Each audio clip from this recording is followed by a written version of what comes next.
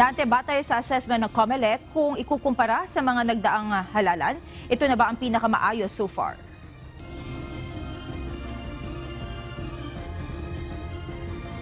Ni COMELEC Chairman George Erwin Garcia, kung titingnan natin, ikukumpara.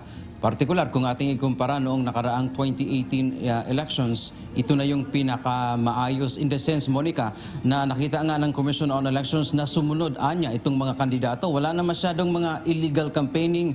Yung mga kandidato ay naglagay lamang ng kanilang mga poster doon sa mga common poster area na designated ng Commission on Elections. At kung titingnan din natin, Monica, pagdating sa election-related violence ay mas mataas pa rin naman ang nangyaring election violence noong nakaraang 2018 elections kung saan nasa 4 na po at batay sa latest ngayon na report ng Philippine National Police, nasa mahigit 30 pa naman ang nangyaring karahasan nitong 2023 BSKE. Sa paliwanag ni Chairman Garcia, kung nagkaroon man, Monica, ng kaguluhan o karahasan sa ilang lugar sa bansa, kung ikukumpara mo ito sa dami na ang mga botante na mahigit 91 million, ay kokonti lang ang apektado. Maikukonsidera pa rin tahimik sa pangkalahatan ang ginanap na barangay at sangguniang kabataan elections o BSKE ngayong araw.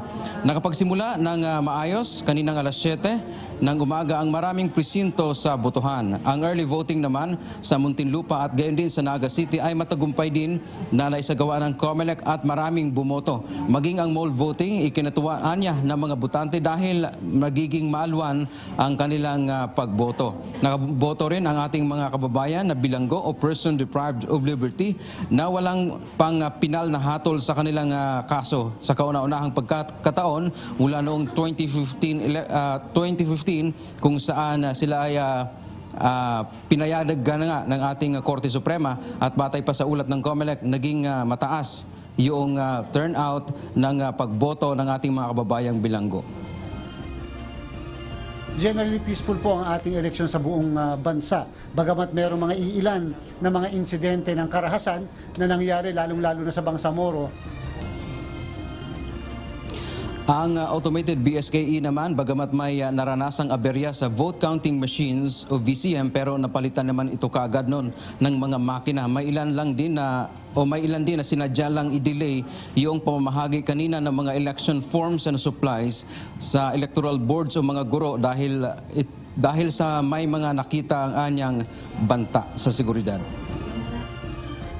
Sinigurado muna maging maayos, hindi nagkakagulo sa ilang area doon, kaya hindi kagad diniliver yung mga election paraphernalia, kaya medyo na-late yun.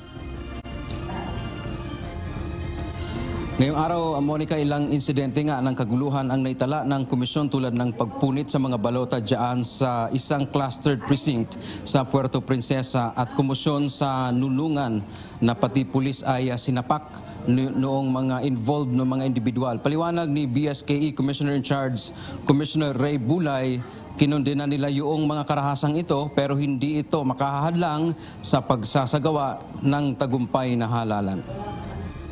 We abhor it and we condemn it. But those hiwa-hiwalay na incident is not enough to stop holding the election, and that is the requirement of the law.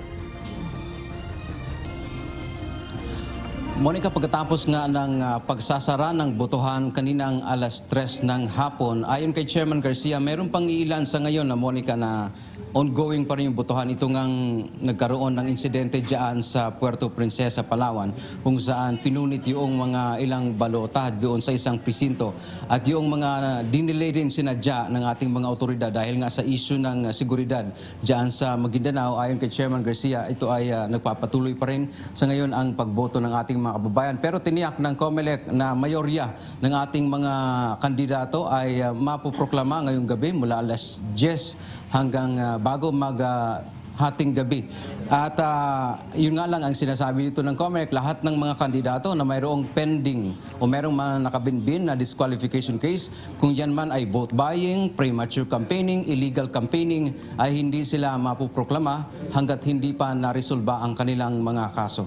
So inaasahan natin na ang maaaring makaupo lamang ay yung walang mga reklamo laban sa kanila. Yan ang ating update mula dito sa COMELEC. Balik sa iyo, Monica.